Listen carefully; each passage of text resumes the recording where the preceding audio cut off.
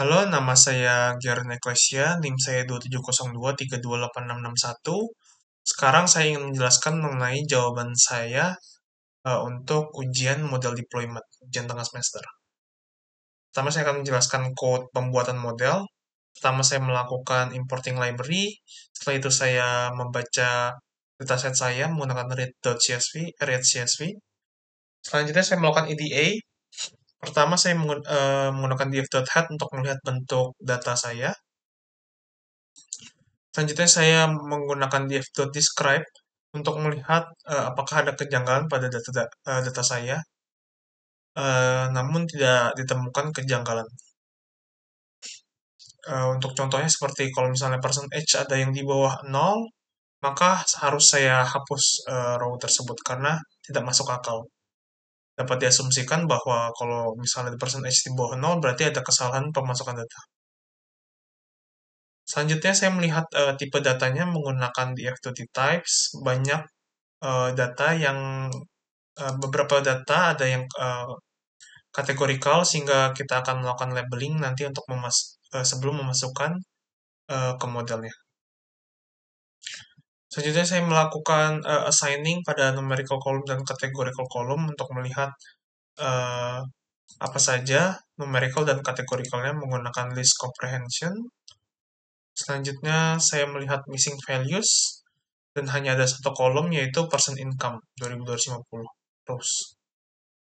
Dan ini saya menggunakan df.shape untuk melihat bentuk datanya ada 45.000 rows dan 14 kolom. Jadi karena bisa kita lihat ada 2250 dari 45.000 rows, kita bisa melakukan imputing menggunakan, nanti kita lihat.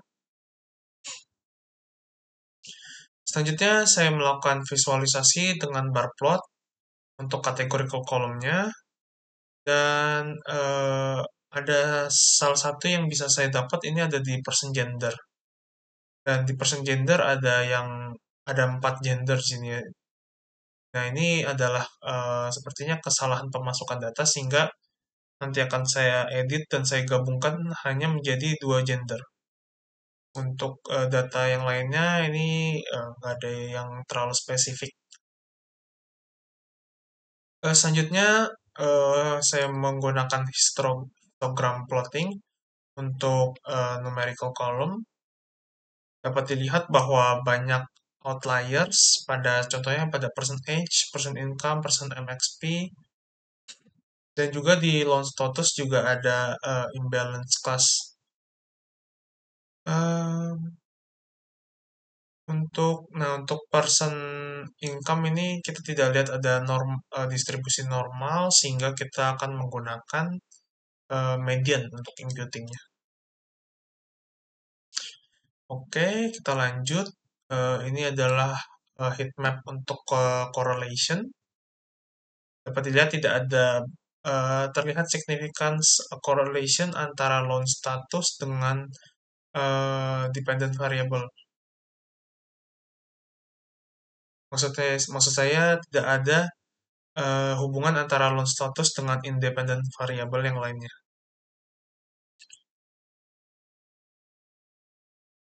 Selanjutnya, saya melakukan pre-processing yang tadi mengubah person gender menjadi hanya female dan male.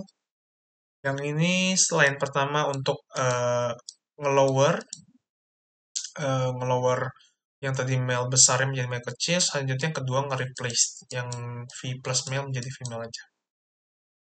Lanjut, saya melakukan pembagian terhadap X dan Y. Saya melakukan train test split. Selanjutnya, saya melakukan ordinal encoder untuk categorical column-nya. Selanjutnya, saya melakukan simple imputing menggunakan median.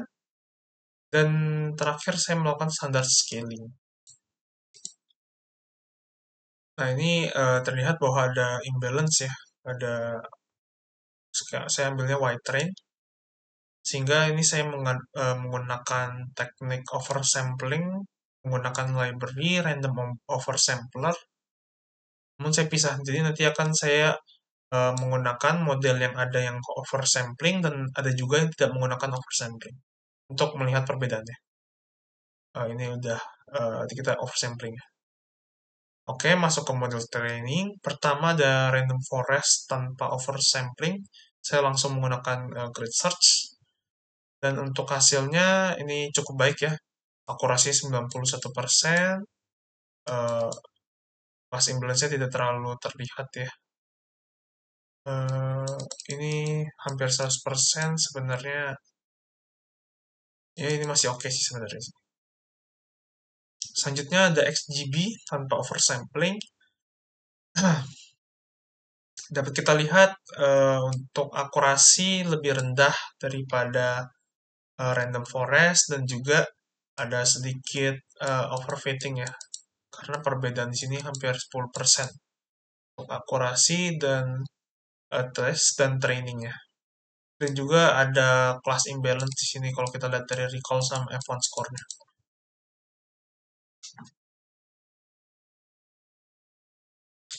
Selanjutnya random of forest dengan oversampling dapat dilihat hasilnya agak lebih turun sedikit daripada yang tidak menggunakan oversampling ya. Di sini 90%. Untuk kelas imbalance sebenarnya mirip ya, sangat mirip. Untuk SGB dengan oversampling malahan ini turun dari sebelumnya lebih parah lagi. Jadi untuk kesimpulan yang saya dapat adalah model yang terbaik yang bisa digunakan adalah random forest tanpa oversampling yang menggunakan grid search. Selanjutnya saya menyimpan model terbaik dan pre-processingnya menggunakan pickle. Ini saya menggunakan column transformer dan juga saya menggabungkan menggunakan pipeline antara pre-processing dan model. Jadi langsung satu. Selanjutnya saya harus melakukan train test split dan mentrain uh, pipeline yang sudah saya buat. Selanjutnya setelah sudah di-train, saya masukkan ke dalam pickle, saya dump. Oke, itu untuk nomor satu. Selanjutnya saya akan jelaskan mengenai OOP yang sudah saya ubah. Jadi ini adalah code yang sudah diubah menjadi bentuk